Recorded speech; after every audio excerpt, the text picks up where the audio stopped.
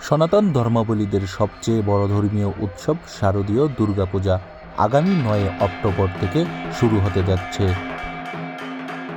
শুভ মহালয়ার দেবীর আবাহন শেষে এখন মণ্ডপে মণ্ডপে দেবী বরণের প্রস্তুতি চলছে।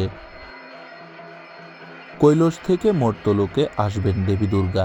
এই উৎসব ঘিরে সারা দেশের মণ্ডপে মণ্ডপে চলছে শেষ মুহূর্তের প্রস্তুতি। পূজার আগমন উপলক্ষে দেশের বিভিন্ন স্থানে কেনাকাটায় ব্যস্ত সময় পার করছেন হিন্দু ধর্মাবলীরা।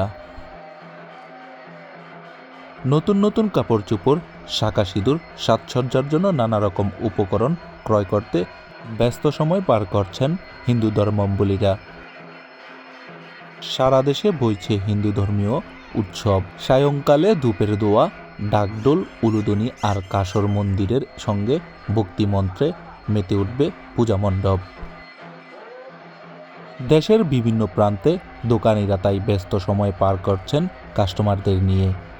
পূজা উপলক্ষে কাস্টমাররা তাদের পছন্দনীয় বিভিন্ন পণ্য সামগ্রী কেনাকাটায় ব্যস্ত সময় পার করছেন।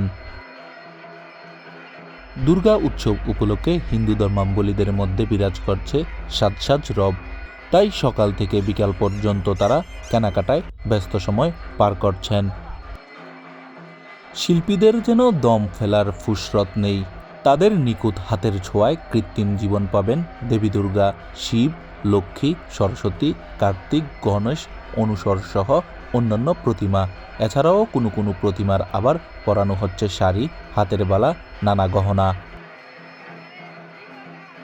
তার আশেপাশে সাজসজ্জার কাজ সহ নানা কাজে ব্যস্ত হয়ে পড়েছেন পূজায় সংশ্লিষ্ট ব্যক্তিবর্গ। মহাচণ্ডীতে উল্লেখ্য আছে, ত্রেতাযুগে ভগবান রাজা রামচন্দ্র দশনান রাবণের সঙ্গে যুদ্ধরত হন।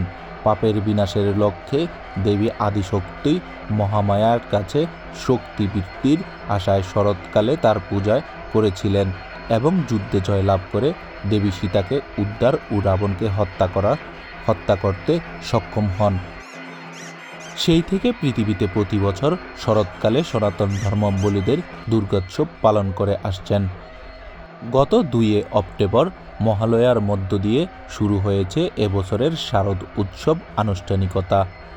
আমরা প্রতি বছরও এখানে কাজ করি শাঁখারী বাজার।